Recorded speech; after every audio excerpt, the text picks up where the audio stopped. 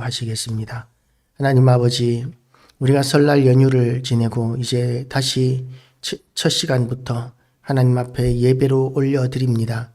우리의 모든 삶이 하나님 앞에 드려지는 예배가 되기를 날마다 바라지만 순간순간 우리의 생각을 앞세우고 우리의 고집을 앞세우고 하나님의 뜻에 순종하는 것보다는 내 뜻대로 먼저 결정하고 살아가면서 그 내 뜻을 하나님께서 도우셔야 한다고 생각할 때가 많음을 고백합니다.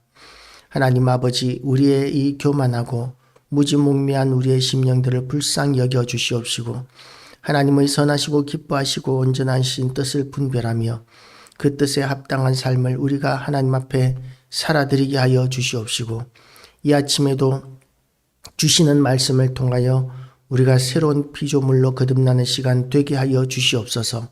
오늘도 하나님께서 우리 모든 성도들을 일일이 신방하여 주시고 그들을 축복하여 주시고 은혜 더하여 주시옵소서.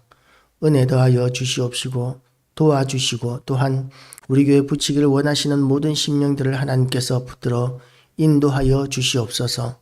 하나님께서 우리에게 붙이신 모든 성도들을 더욱더 강건하게 하여 주시고 또한 하나님의 일꾼들로 이 자리를 채우셔서 교회가 감당해야 할 더 큰 일들을 감당하는 교회가 되게 하여 주시옵소서. 하나님을 찬양하옵고 예수 그리스도 이름으로 기도드리옵나이다. 아멘. 할렐루야. 오늘도 하나님의 은혜 가운데 우리 모두가 강건하시기를 축복합니다. 새해가 두 번째 시작을 했죠.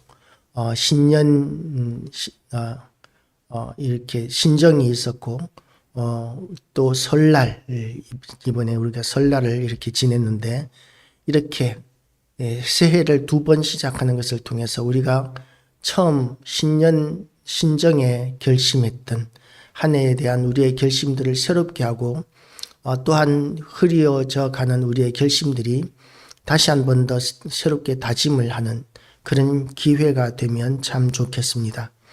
오늘 이 말씀은 이제 예수님이 마지막 유월절 식사를 하는 모습입니다. 유월절 어린 양이신 예수님께서 이제 제자들과 함께 마지막 식사를 하시는 모습이 오늘 본문 가운데 나타나고 있습니다. 예수님께서 유월절 첫날 곧 유월절 양 잡는 날에 제자들이 예수께 여짜오되 우리가 어디로 가서 선생님께서 유월절 음식을 잡수시게 준비하기를 원하나이까? 라고 제자들이 예수님께 묻습니다. 어디가 좋겠습니까? 무엇을 하면 좋겠습니까? 제자들이 이제 3년 반 동안 예수님을 따라다니면서 훈련받은 것이 주님의 뜻을 먼저 살피는 것이었는 것 같습니다. 내가 생각하기에 나보기에 좋은 대로가 아니라 예수님의 뜻을 먼저 물어보고 그 뜻에 순종하겠다는 모습이 오늘 본문 가운데 나타납니다.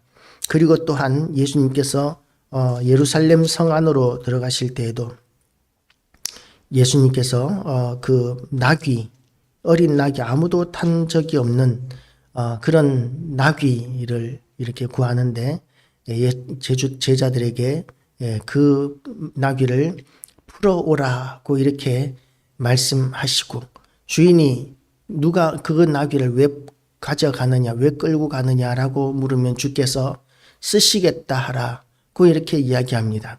세상에 이런 경우가 어디에 있겠습니까? 그런데 예수님의 그 신적인 능력으로 미리 그 나귀 주인의 마음을 준비하셨던 것과 같이 오늘 무교절 첫날 곧 유월절 양 잡는 날에 예수님께서는 그 유월절 식사의 자리까지도 미리 그 집주인의 마음을 예비해 놓으셨기 때문에 이렇게 장소를 예비할 수 있었을 것입니다.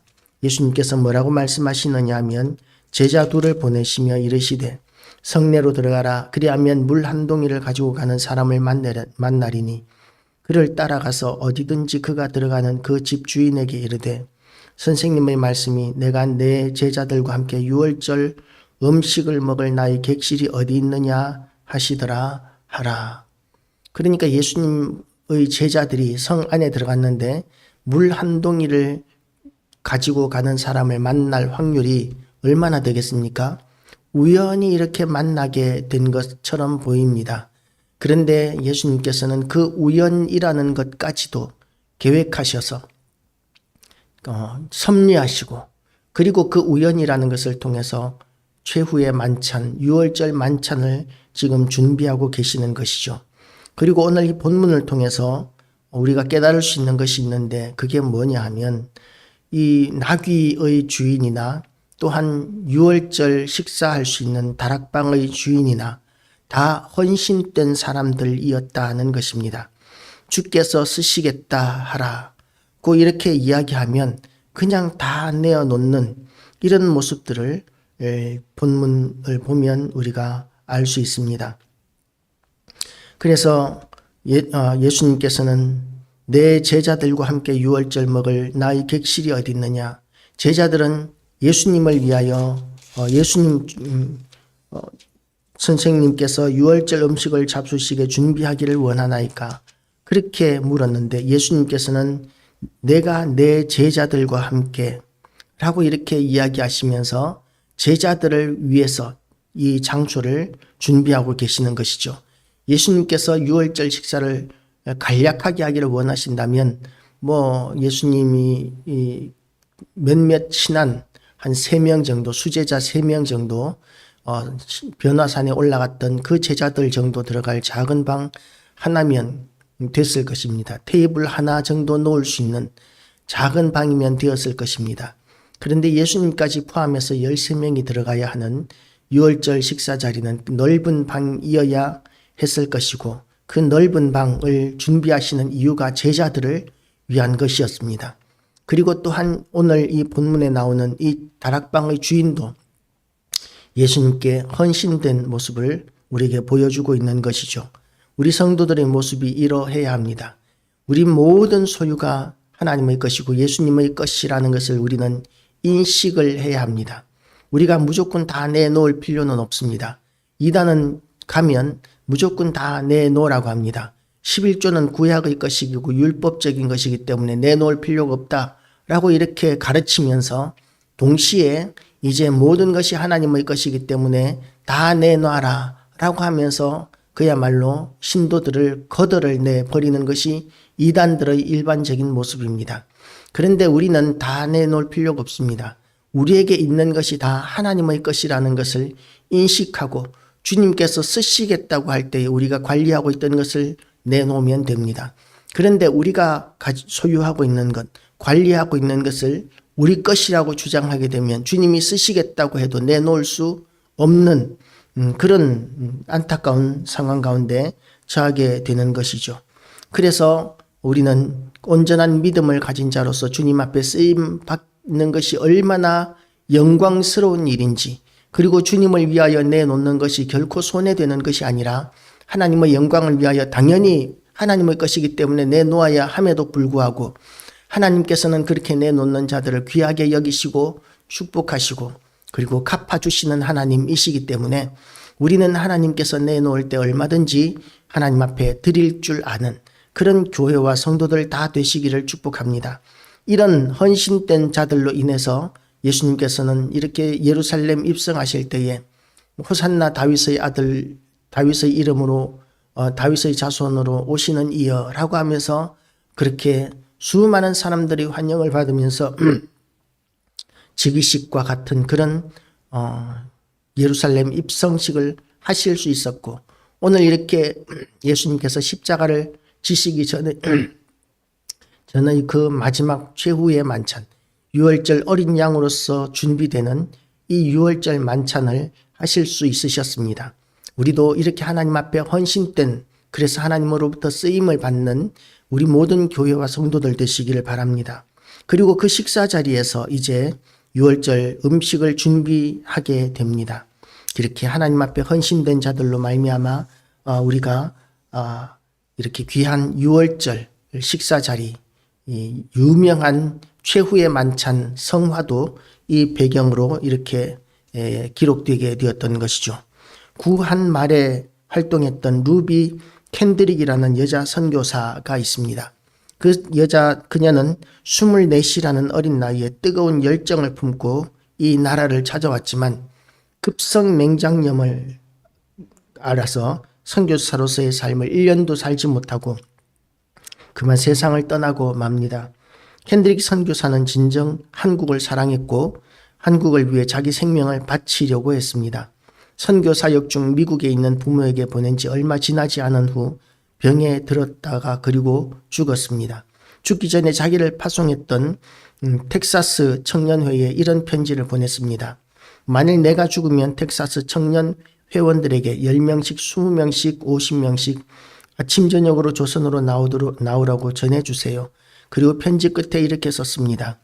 저에게 만일 남에게 줄 수 있는 1000개의 삶이 있다면 저는 그 모두를 조선 사람들에게 주고 싶어요. 그녀가 죽었다는 소식이 곧 그녀를 파송한 후 기도하고 있던 텍사스 청년회의에 전해졌습니다. 그 장소는 눈물바다가 되었고 그녀의 죽음에 도전을 받은 청년 20명이 선교사가 되어서 전 세계로 파송되었습니다. 그 중에 몇 명은 한국으로 왔습니다. 그녀의 묘는 현재 서울 마포구 양화진의 외국인 선교사 묘지에 있습니다. 그리고 그녀의 묘비에는 그녀가 남긴 마지막 말, 저에게 만일 남에게 줄 수 있는 1000개의 삶이 있다면 저는 그 모두를 한국 사람에게 주고 싶어요. 라고 이렇게 쓰여져 있습니다. 이것이 헌신된 모습이고 헌신된 삶입니다. 24살의 그 한참 때 가장 아름다울 때에 아름다운 사람을 연애를 하고 그리고 결혼을 하고 자녀를 생산하고 그것이 일반적인 여자들의 행복한 삶이라고 생각할 수 있을 텐데 그런데 그 모든 가장 아름답고 빛날 때에 그때에 자기의 모든 삶을 이렇게 다 포기하고 미개한 나라 그 당시에 그야말로 예수 믿는 사람들을 예수쟁이라고 그렇게 핍박하고 대적하고 그리고 어디인지도 모르던 그 미개하던 조선이라는 나라 그야말로 얼마나 우리나라가 미개한 나라였는지 모릅니다. 그런 미개한 나라 우리가 조선시대 조선 말기의 사진들 선교사들이 찍은 조선 말기의 사진들을 보면 거리에 얼마나 많은 똥들이 있는지 몰라요. 그래서 어떤 선교사는 그런 이야기를 했습니다. 중국인들이 더럽다고 하지만 조선인들은 똥구더기에서 산다 라고 이렇게 이야기할 정도로 그야말로 미개하기 짝이 없던 나라, 풍토병의 나라, 온갖 질병의 나라 그런 나라에 와서 꽃다운 나이에 제대로 피어보지도 못하고 그렇게 죽어가면서 1000개의 삶이 있다면 그 모든 1000개의 삶을 조선을 위하여 바치고 싶어요. 라고 이렇게 이야기할 수 있었던 것은 하나님의 사랑에 대한 그 감동이 있었고 그리고 헌신적인 믿음이었기 때문에 가능한 것입니다. 아무 가치 없어 보이기도 합니다.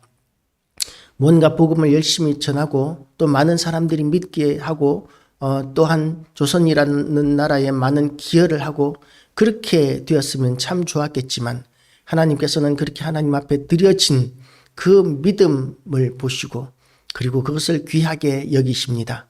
아무런 열매도 없는 것 같습니다. 와서 1년도 채 되지 않아서 맹장염으로 그렇게 죽어갔기 때문에 아무런 가치도 없는 것 같지만 하나님 나라에서는 결코 가치 없는 것이 아닙니다. 그것은 지극히 귀한 헌신이고 죽음입니다. 또한 우리도 이와 같은 헌신을 보면서 도전을 받게 되고 온전한 믿음을 가지게 되시기를 바랍니다. 이 6월절 식사 자리에서 이제 예수님께서는 이 6월절 마지막 말씀들을 하십니다. 예수께서 이르시되 내가 진실로 너희에게 이르노니 너희 중의 한 사람 곧 나와 함께 먹는 자가 나를 팔리라고 이렇게 유명한 말씀을 하시죠. 그들이 근심하며 하나씩 나는 아니지요 하고 말하기 시작합니다. 내가 그럴까? 예수님께서 나를 의심하시는 것은 아닐까? 라고 이렇게 생각하면서 제자들이 묻는 것이죠. 나는 아니지요. 우리는 아니라고 대답할 수 있습니까? 어떤 상황에서도 예수님을 부인하지 않고 믿음의 선택을 하겠다고 헌신된 선택을 하겠다고 나는 그렇게 고백할 수 있겠습니까? 또한 내가 나를 팔 리가 있으리라고 이렇게 예수님께서 말씀하실 때에 우리가 하나님 앞에 회개할 기회를 놓치지 않는 그런 성도들이 될 수 있겠습니까? 그런 성도들 되시길 바랍니다. 하나님께서 나에게 어떤 도전을 주실 때에, 말씀을 주실 때에 그것이 하나님 앞에 회개할 수 있는 기회가 되어야 합니다. 어떤 사람들은 그와 같은 도전이 되고 또한 부딪혀 오는 말씀을 만나면 왜 이 말씀을 나에게 오늘 하필이면 목사님이 설교하시지? 그러면서 시험에 드는 사람들이 많이 있습니다. 그래서 지금은 책망하는 설교, 회개를 촉구하는 설교를 잘 하지 못하는 시대가 되어버렸습니다. 회개하는 것이 아니라 시험에 들어서 교회를 대적하거나 목사님을 대적하거나 교회를 대적하는 그런 일들이 너무 많아지게 되기 때문입니다. 그래서 교회를 떠나거나 교회를 대적하거나 이렇게 교회 리더십에 대하여 대적하거나 이와 같은 일들에 너무 교회들이 혼이 많이 났기 때문에 어떤 교회는 목사님을 새로 청빙하면서 오로지 축복 설교만을 하라고 이렇게 요구하는 교회도 있다는 이야기를 들었습니다. 지금은 축복 설교만을 요구하는 시대이고 축복 설교가 아니면 그러면 우리는 목사님이 왜 저러지? 그러면서 이렇게 시험에 드는 그런 시대가 되어버렸습니다. 그런데 예수님께서는 유다에게 이와 같은 말씀을 하고 계시는 것이죠. 유다는 예수님의 말씀을 들으면서 자기를 향한 말씀이라는 것을 깨달았을 것입니다. 그러면 마음을 부드럽게 하고 회개해야 되는데 지금 이 시대 우리와 같이 유다는 마음을 강팍하게 하고 예수님을 기어이 그날 밤 제사장의 무리에게 이렇게 팔아버리게 됩니다. 그 행동을 하게 되는 것이죠. 우리는 이와 같은 회개할 기회를 결코 놓치지 않게 되시기를 바랍니다. 유다가 우리와 다른 사람이 아니라는 것을 우리가 인식해야 합니다. 지금 이 시대 우리가 하나님의 말씀에 부딪힘을 받았을 때에 자극을 받았을 때에 그것이 하나님의 말씀이면 회개하고 돌이키는 그런 결단을 내려야 하는데 그렇지 않고 그 말씀을 선포한 교회 리더십을 질서를 도전한다면 그것 때문에 시험에 든다면 우리는 유다와 전혀 다를 것이 없는 그런 믿음의 수준이라고 고백할 수밖에는 없습니다. 그래서 우리가 하나님 앞에 인정받고 귀하게 쓰임 받았던 이 나귀의 주인이나 또한 최후 만찬의 다락방의 주인이나 주님께서 요구하실 때 얼마든지 내어놓을 수 있었던 것과 같이 그리고 루비 캔들이라는 이 여자 선교사 24살짜리의 그 꽃다운 어린 나이의 여자 선교사와 같이 하나님 앞에 헌신할 기회가 있을 때에 그 결과가 어떠하든지 간에 헌신하기로 결단하는 우리 모든 교회와 성도들 되시기를 그래서 하늘의 별과 같이 주님이 기뻐하시는 모든 영혼들 되시기를 축복합니다. 기도하시겠습니다. 하나님 아버지, 참으로 헌신은 얼마나 아름다운 것인지 모르겠습니다. 이렇게 아름다운 믿음의 사람들을 우리가 보면서 우리도 또한 하나님 앞에 헌신하기를 결단하며 아름다운 삶을 하나님 앞에 살아드리게 하여 주시옵소서. 그리고 또한 하나님 아버지, 주님께서 우리에게 회개의 말씀을 주실 때에 하나님의 말씀을 1.1획이라도 더하거나 빼는 것이 아니라 이 말씀을 통하여 주시는 하나님의 선하시고 온전하신 뜻을 분별하며 그 말씀을 있는 그대로 온전히 받아들일 줄 아는 그런 믿음을 우리에게 허락하여 주시옵소서. 오늘도 예수 그리스도의 피를 이 팽성 지역에 이 땅에 뿌리고 바르고 덮습니다. 하나님 아버지, 이 교회 또한 예수 그리스도의 피를 뿌리고 바르고 덮습니다. 우리 모든 심령 위에 예수 그리스도의 피를 뿌리고 바르고 덮습니다. 우리의 모든 것들을 주님께서 거룩하게 재창조하여 주시옵시고 옛 교회를 회방하고 또한 부흥을 회방하는 모든 이 악한 시도들을 모든 악한 공격들을 하나님께서 다 제하여 주시옵소서.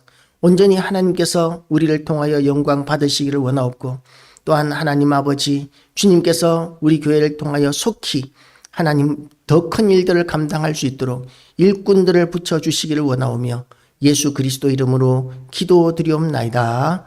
아멘.